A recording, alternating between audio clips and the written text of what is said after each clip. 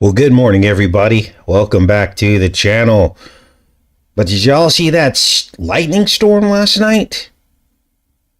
Lightning with no thunder. How creepy is that? And I've only seen this a couple times in my life, but it was weird. Literally would wake up in the dead of night and you see flashes on the horizon, but no thunder at all. And the reason why I noticed there was no thunder is because normally I can't sleep through a lightning storm when it's in full display or whatever. But anyway, that was weird. So yeah, this would be Midwest, the South.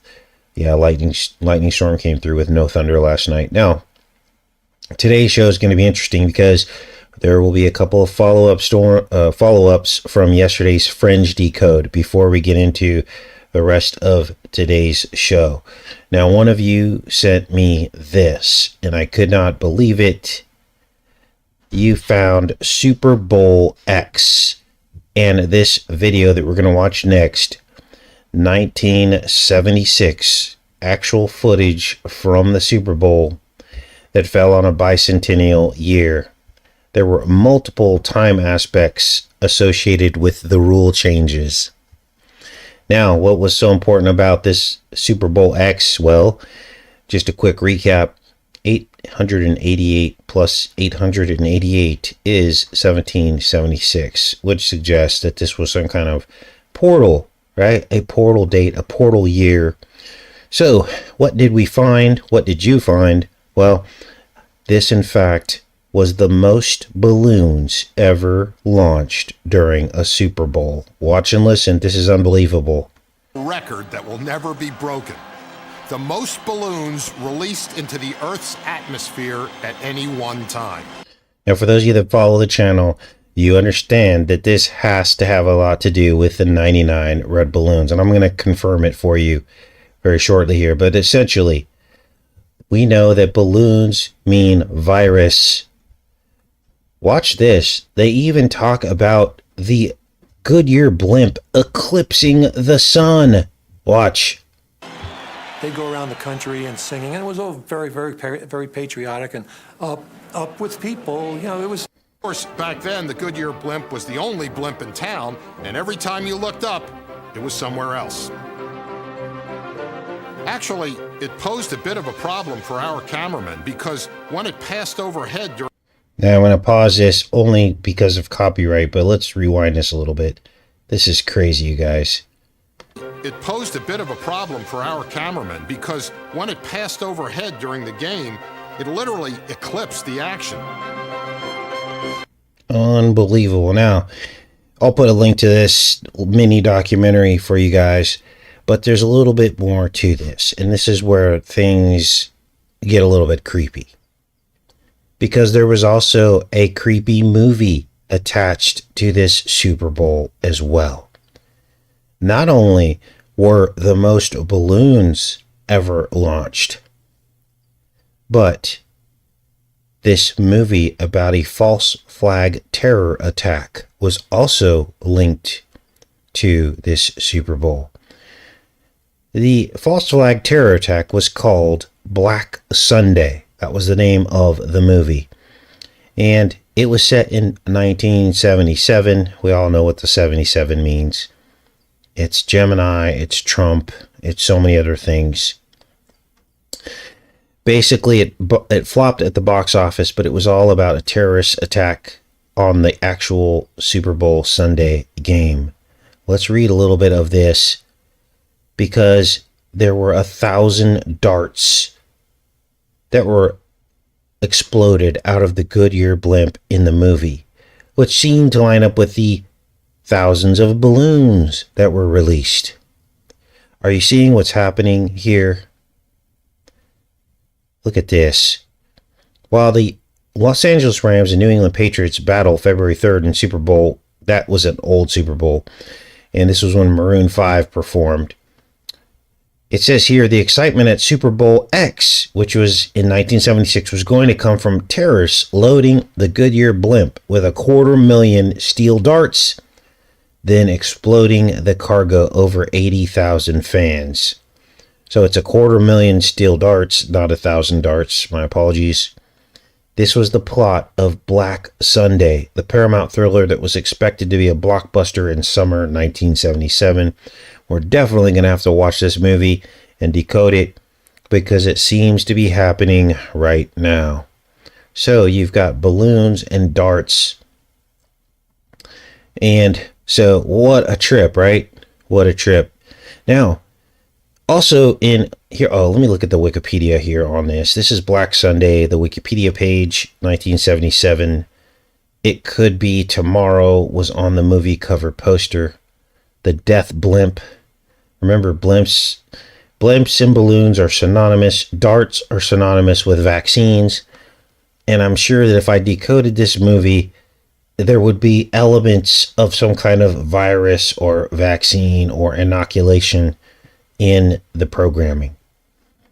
So what does this mean? I don't really know, but we're covering it, right? So there's the plot. It actually released on April Fool's Day, April 1st, 1977. And look at all the 58s in the budget and box office. 8 million at the budget, 15.8 million box office. We all know what the 58 is as well. So I'll dig deeper into that at a different time. But for now, that's what we have to work with. Now, also on yesterday's show, it was episode 1 of Fringe. And remember, there was the word Zeno on the kayak in episode 1 of Fringe when Agent Dunham is in the dream link with the blue man. She's in the dream state. Well, a couple of you in the comment section said that Zeno means Zeus or gift of Zeus. Zeus, of course, is Apollo's father. And Zeus wielded the lightning bolt, which we found out is the actual Kappa symbol. It's a lightning bolt. Now, what else is going on here? Zeno also is another word for xenon. As you can see here, what's so special about xenon? Well, xenon was the element that lit up the World Trade Center with 88 lights straight up into the air. 44 and 44 representing the two towers. Are you starting to understand that this number 88 actually means something? The bicentennial, it's all within the foundations of our country. Somehow we have a portal. Now, we've been digging into this concept of Tanis, this moving city, this supernatural city, and I don't know where all this is going to lead yet, but Tanis was actually one of the cities named in ancient Egypt in the Nile Delta. And when we looked at Tanis and we overlaid it into America, which is where the eclipses are crossing, we saw that Tanis appeared in a town in America too, almost exactly where it was supposed to appear in Egypt. Now, there's been a little bit of criticism, at least from a few people, that I need to address regarding that overlay eclipse America as Egypt video that we did. And yes, I stretched the Nile Delta, but everything is relative, isn't it? Things are in their relative places, so you're allowed to stretch things. That's what the nested reality is all about. You stretch things over things to see if all the elements line up. That's the whole point of this. I know at least a couple people said, oh, well, he stretched that. Of course I stretched it. Because you still can't change the place of where Giza falls, and Tanis, and all the other towns that we found that fit over it, and Little Egypt, and all those other things. So, of course, you're going to stretch it over it. Anyway, got sidetracked. Let's go back to Zeno. Now, remember, Zeno was on the kayak, the name Zeno. And there was also a 911, an IXXXI on the kayak. There was also the Aleph symbol, which we saw was the path of the eclipses going over America. So, essentially what we have here, the Aleph symbol on the front is the alpha, and the Kappa symbol on the back, or the Zeno name, has to be the omega. So it truly did encode the alpha omega. Now, Zeno was also the name of a Greek philosopher, and this Greek philosopher invented the concept of a dialectic. You know, the right-left paradigm, Hegelian dialectic. This is the guy that invented it, Zeno of Elea. He also got into concepts like multiverses and things like this, which is the whole foundation of the Fringe series. This is what the whole thing is about, multiverses. So there's a reason why Zeno was on the kayak. This is why every single detail in these TV series matter. This is why we dig so deep into this. And I'll put a link to Zeno. I don't want to spend too much time on Zeno, but if one of you wants to dig deeper into Zeno and see if there's any other things that tie into what we're talking about, then go ahead and do that and put your results of your research in the comments section. All right, I'm going to check in with you guys. We're going to get into Season 1, Episode 2 of Fringe. The title of the episode is called The Same Old Story. Well, guess what? There's nothing new under the sun, is there?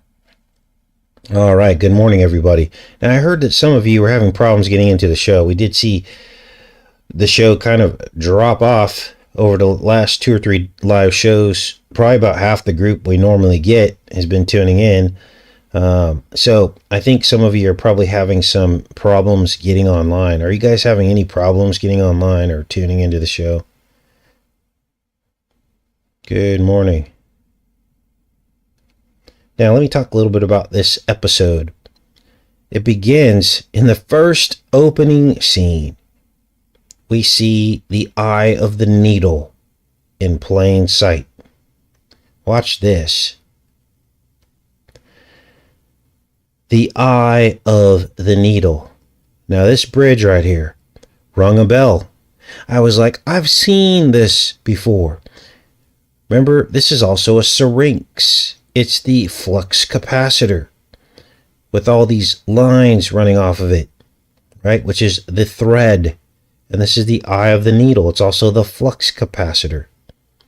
Well, the reason why I've seen this before is because it's by a particular architect that we had covered all the way back at the beginning of this channel.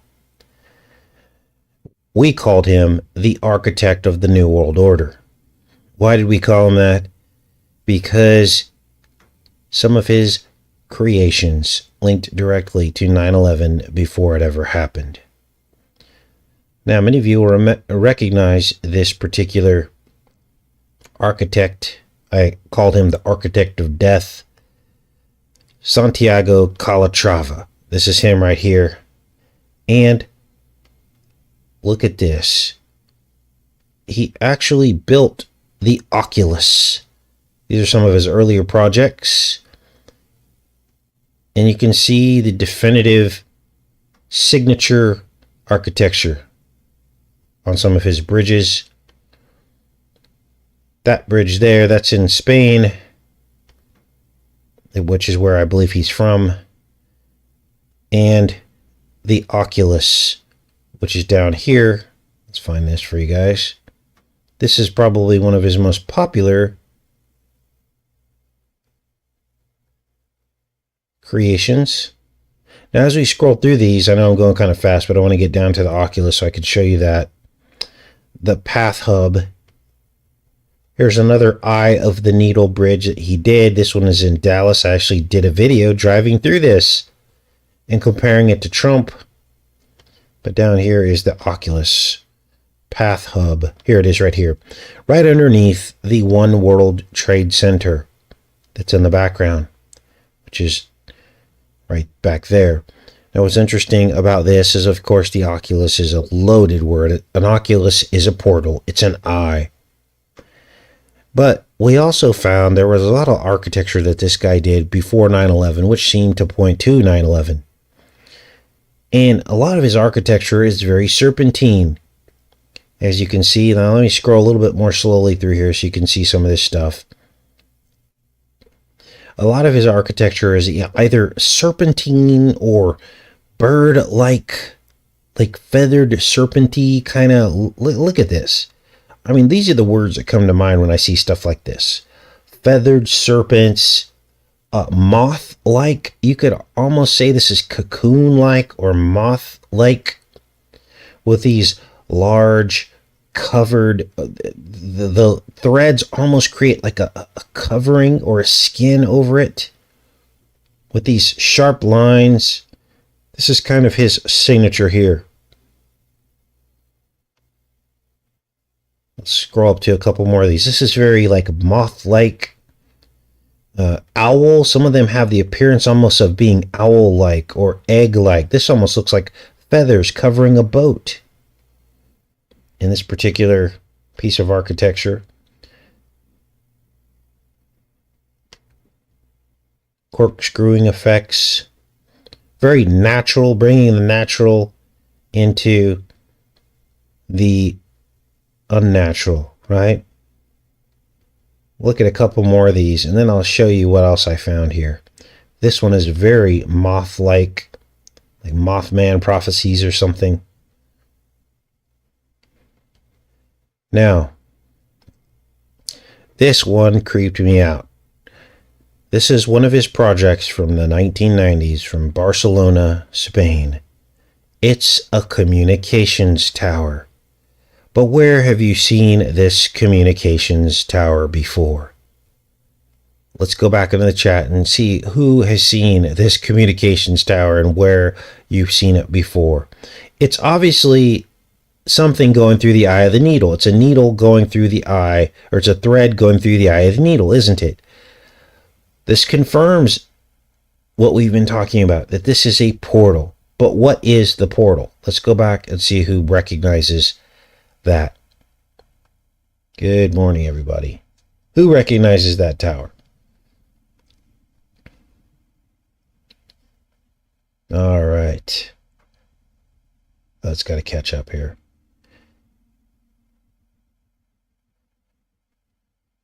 Okay, let's see. There you go.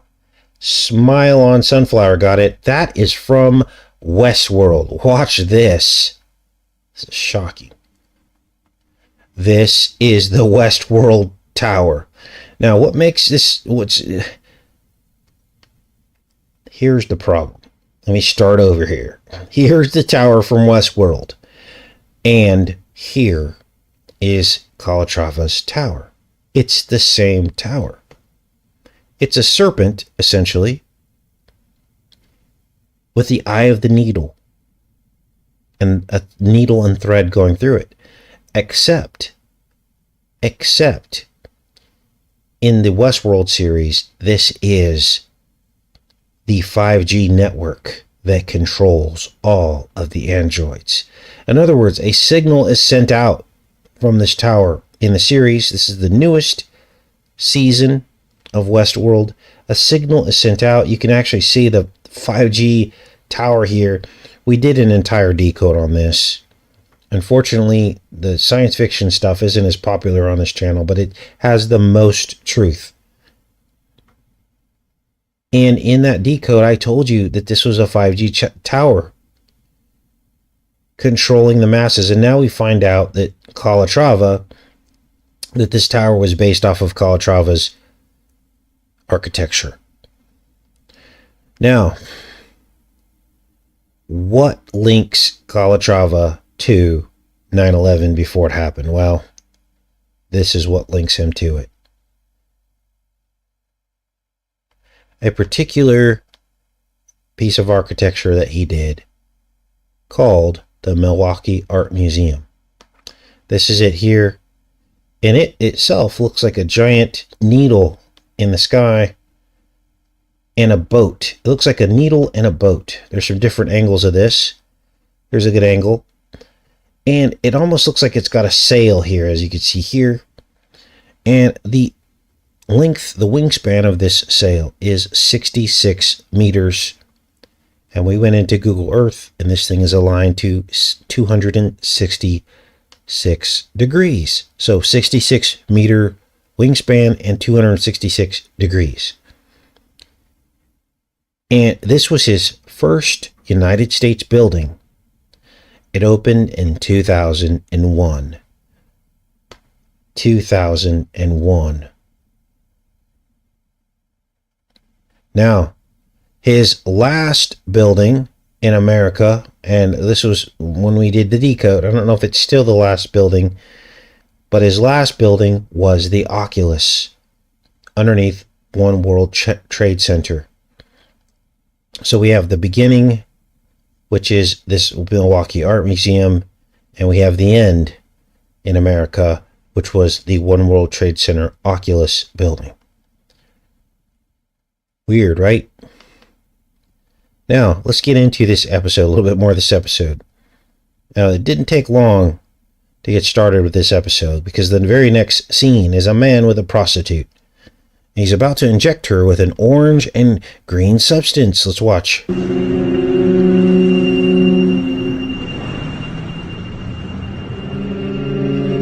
Looks like it really go for a mushroom pizza. Yeah, it's a mushroom pizza. You never know about people. Name or what? There's the orange vial. Yes, I do. Very much. Easy. My mom couldn't even. There's the green vial. Now this guy is some kind of a doctor. Right? Actually, he's not a doctor. He actually ends up being a super soldier, but I have to get to that part of the plot. But essentially, before he can inject her with what these are muscle relaxants, the woman starts going into labor. What is it? I don't know. I'll be over in a sec. She goes outside, and he can't figure out why she's going into labor, but apparently what had happened is this guy's a super soldier who had been given human growth hormone as a clone. He's actually a clone. And as you're going to hear them explain later, the only way to stop the clone from growing is to essentially harvest the pineal gland. They essentially disclose why they need adrenochrome. Because the cloned of them age really fast unless they have it. And what's happened here is he's impregnated this woman, and now his child is growing super fast. And so she has an accelerated pregnancy. Watch. They're in hotel room 113, and of course that's A113. This has serpent seed written all over it. What is A113? That's a movie trope. It's a hidden movie Easter egg in the Pixar movies, which was all about trafficking and adrenochrome. A113, the Epinephrine Act, that was approved on A113, 11/13/2013, signed by Obama on Halloween before that. This is all about epinephrine, adrenochrome, pineal gland, and the whole episode's about that as well. Not only that, you heard her ask for a mushroom pizza.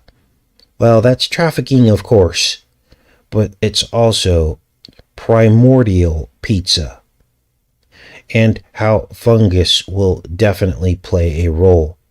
Remember we covered Comet Ping Pong in the primordial pizza, and that was a term used to describe panspermia.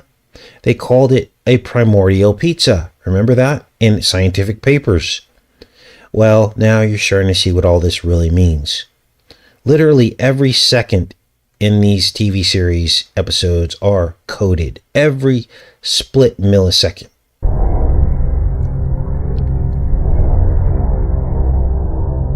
So again, this guy's a super soldier, unless he harvests her pineal gland, he will grow old within hours. So he has to keep finding these women and he harvests their pineal gland.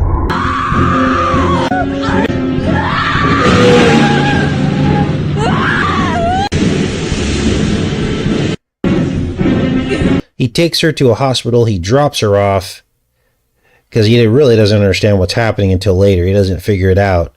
And the woman gives birth to an abomination, which I'm not going to show you, but it's basically the child bursts out of her womb and grows into an old man within 4 hours with the umbilical cord still attached, and then he dies. What the hell are you doing in there again? So, weird, right? So, the orange and green serums, those are basically, we find out later that they're muscle relaxers so that he can harvest the pineal gland from the victims while they're still alive. Remember, that was the key to why they do this. They have to make sure the victim's still alive while they're doing it because it increases the epinephrine and adrenaline in the brain and it increases the value of what they're harvesting. Let's keep watching here. Where I've been for the past 17 years was a mental hospital. St. Clair's. Now, remember, this guy, Walter Bishop, he's the Trump character. He was born in 46. He keeps repeating 17 over and over and over again. 17 years he was at the mental hospital. That's Q. And what else? What else makes him like Trump? Oh, he forgets. He's essentially a time traveler.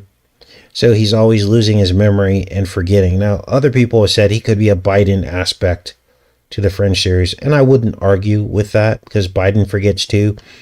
But you have to understand that these characters are amalgamations of many characters.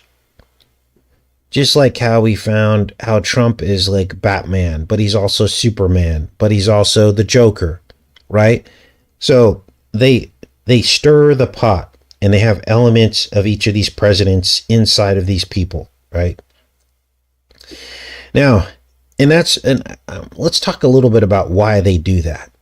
Well, when a person is possessed, they're possessed by multiple demons, aren't they, at times? So multiple demons are manifesting out of some of these people. It's almost like schizophrenia where there's different voices coming out of them. And that's the best, explanation that I could give as to why they mix and match these characters so much, right? Let's keep watching here because where was Walter Bishop? Well, where was he for 17 years? He was in a mental hospital. What was the name of the mental hospital? It was St. Clair's Mental Hospital, right? Now, we had determined a long time ago that Claire is a name used to describe time travel. Remember the series we did, Outlander? Claire Fraser? And remember all the other Claire tropes that we found relating to time travel? There was always a woman named Claire, wasn't there? What did we find the reason was for that? Well, Claire means glass or clarity or clearness. So maybe the trope there is looking glass, which is like their time travel, their form of time travel. Now let's keep going here. I just thought that was worth a mention. Years was a mental hospital. St. Clair's. 17 past midnight, a woman, pregnant to term, was found alone outside the hospital. She collapsed, suffering severe abdominal pain. Therefore, of course, I'll need a lab immediately. Now, at this point, we get another neck injection. A neck injection in the Holy of Holies, of course, the place where the image of Christ sits in the back of the brain, as the serial killer takes a second victim. Watch. Here I'll need to run extensive tests, get these bodies to a lab. Doctor, you... Oh, hold on. Let me back up. There's this aspect of memory issues. And Walter Bishop has lots and lots of memory issues. In this scene, he forgot that he had a lab. And this happens to time travelers. They get these because they're trying to remember all these different timelines. And so they get confused sometimes. You have one. Your old lab at Harvard, we reopened it for you. Have a really great view of the bridge. So here's the perp. He's about to inject another woman in the Holy of Holies, his second victim, and he asks her to go look at the bridge outside so he can get, sneak up on her. Bridges are portals.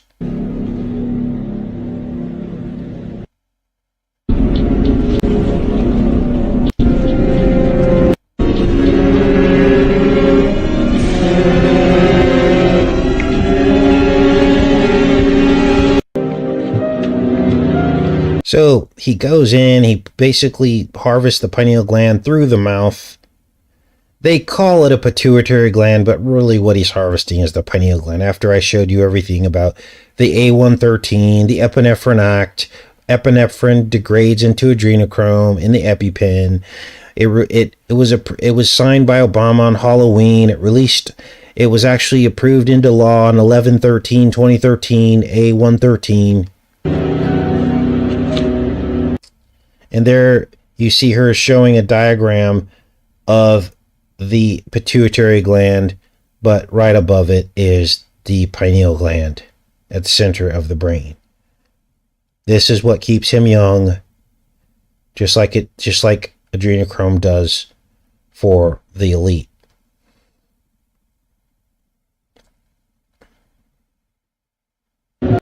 For anything with the pituitary in it. Pituitary, Pinto, Penny, Progeria. Dr. Penrose. Yes. Agent Dunham, FBI. Then they go find Dr. Penrose. And of course, this confirms the pineal gland connection, doesn't it? Dr. Penrose. Because, what was it? Jacob saw a place called Pineal in the Bible. It was a stone or something. The place called Pineal was the face of God. Pineal, Penial, and this guy's name is Dr. Penrose. So this is all about pineal gland harvest. Penrose. I remember him, a former colleague of mine. Cultivate? Quite literally. Grow them. Then Walter Bishop has a theory. They're trying to solve why this guy's harvesting pineal glands out of women. They figure out that it could have something to do with a super soldier program. Listen to this. And this literally explains it here. Cultivating and growing clones. Colleague of mine. Cultivate? Quite literally. Grow them. Years ago, when I worked with the Defense Department, we were tasked with a program designed to cultivate soldiers. There you go. Cultivate soldiers. Let's keep listening here. If perfected, a baby was born and within 3 years aged to the equivalent of a 21-year-old male. It was highly theoretical, of course. Female eggs were to be fertilized in a lab and given a cocktail of growth hormones. So what happened, the growth hormones, they couldn't figure out a way to stop the growth hormones. The only way is to eat the pineal gland. You're telling me you developed a way to grow soldiers, people? Theoretically, a soldier in prime condition. Once the subject had reached the desired physical age, or once started, we couldn't turn the aging off. The only problem was how to slow the aging process. So they couldn't slow the aging process. So they figured out this guy was from the super soldier program. And in order to stop from growing old, he had to find his victims. To slow the process, he must extract the hormones from the pituitary glands of his victims to treat himself, to stay young. A test tube human afflicted with rapid aging. And the pregnant woman at the hospital. She was an accident. And the killer's condition was passed on to the baby. Think of the implications of this. Okay, just stop and think for a second. All of our discussions about famous people that we saw going back to the 1920s, but then you see people walking around now that look just like the people from the 1920s. And you're going, that person is like a clone of that person. spanning multiple generations. How is this possible?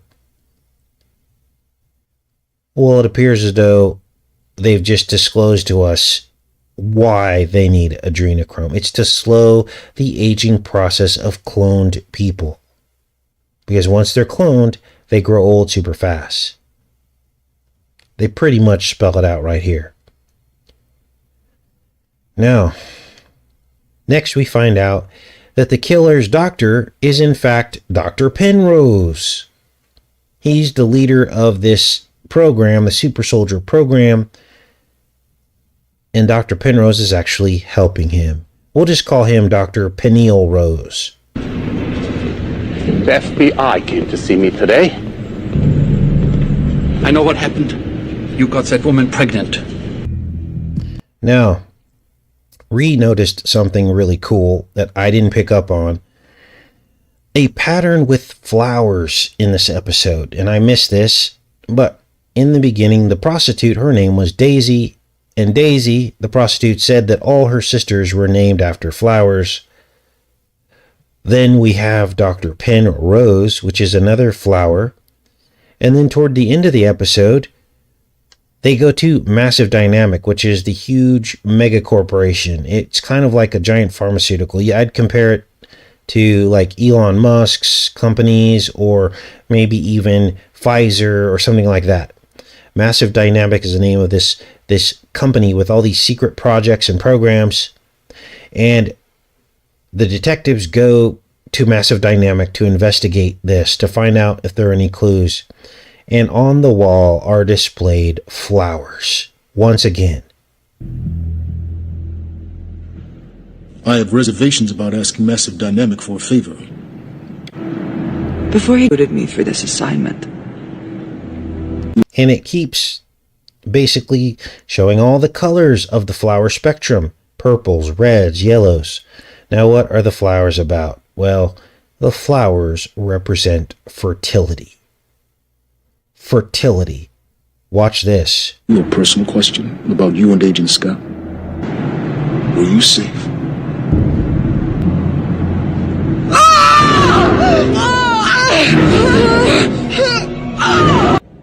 Miss Sharp will see you now. So, obviously, Dunham has a hallucination of the same thing happening to her. A child growing out of control in the womb, a cloned child, as she's sitting in front of the flowers, which represent fertility. Unbelievable. So, Dunham ends up finding the lab. Watch.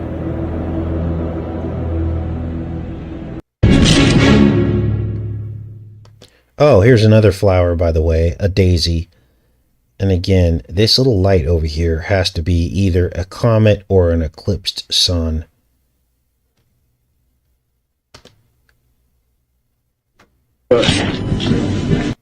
So Dunham finds the lab. She finds where the scientists are holding their next victim to harvest the pineal gland. But the victim is put into cardiac arrest by one of the scientists so they can make their escape. This guy, which is Bishop's son, tries to revive her by putting telephone books on top of her. Telephones, that's copper. That's got to have everything to do with telephone lines, which are solid copper. And he ends up saving her, but the scientists get away.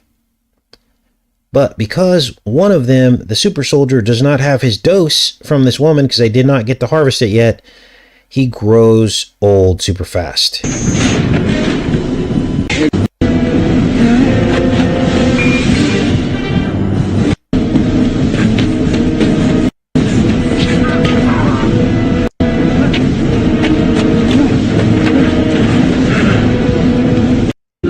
But he was blinded because he loved me. He loved me. Now think of the implications of this.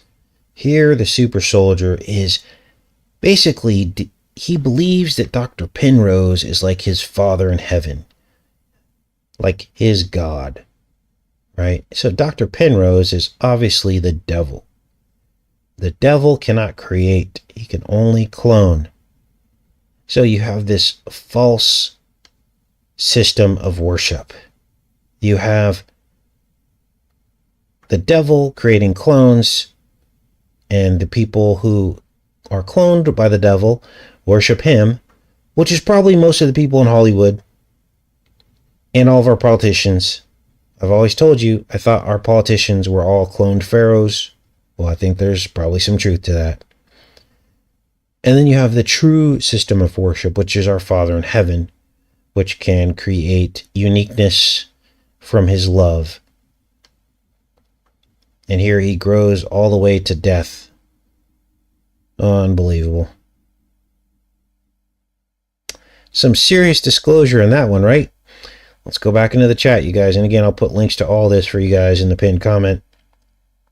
Now, tomorrow, I'm going to show you guys some updates on the Honey Milk Ranch kitchen. It's pretty much all done. Ree has put some nice touches to the kitchen, some spice racks and hanging fruit racks and things like that. It looks really super nice. And also, we organized the garage, so I'll show you the before and after of that tomorrow. Also, some more Fringe binge. We've also already got some screenshots from the next episode, episode 3, which is all about, are you ready for this? All about frozen people, which also just happened with the 3 Super Bowl fans, 3 Kansas City Chiefs fans that were found frozen. Also, the pile of frozen people in the True Detective series, which predicted the Chiefs fans freezing before it happened. And of course, the 3rd episode of Fringe is about a pile of frozen people. Unbelievable. So everything that's in Fringe is actually happening right now. And so I'm going to get editing today and get everything ready for tomorrow. All right, let me go into the chat for a little bit, see what you guys are up to. Good morning. Yeah, fire and ice. 2024 is the year of fire and ice. And the year of the dragon as well, if you didn't know about that. Hey, everybody, thumbs up the video if you can. Appreciate that. The first 3 episodes. Vomiting people on planes, frozen piles of people. I mean, it's unbelievable. All of it's happening right now.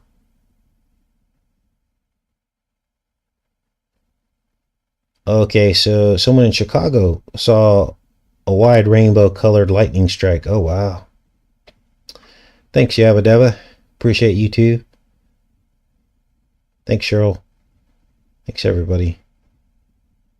What is my favorite hot sauce? Wow, the rule on that is the hotter the better. The hotter the better. Habanero sauce, I can imagine. All right. Yeah, some of you are having problems with the stream. I think that's what's happening with YouTube. It's really taking a toll on the amount of people that show up to the shows. A lot of people can't get in. The stream starts over. I don't know what to say, you guys. I just appreciate that you keep trying and don't give up. All right. Peter is Trump, says I'm just me. Yeah, they're all like, they seem to be amalgamations of all the presidents. There are no hard and fast rules, you know, when it comes to this decoding stuff. All right. Cholula's good. Thanks, Just a Girl. Appreciate it. Yeah, lightning with no thunder. I couldn't even believe it. All right. Okay, guys. Well, I'm going to pop off of here and get editing. I love each and every one of you. I'll see you guys tomorrow. Can't wait to show you the kitchen and the garage. It's amazing. All right, you guys.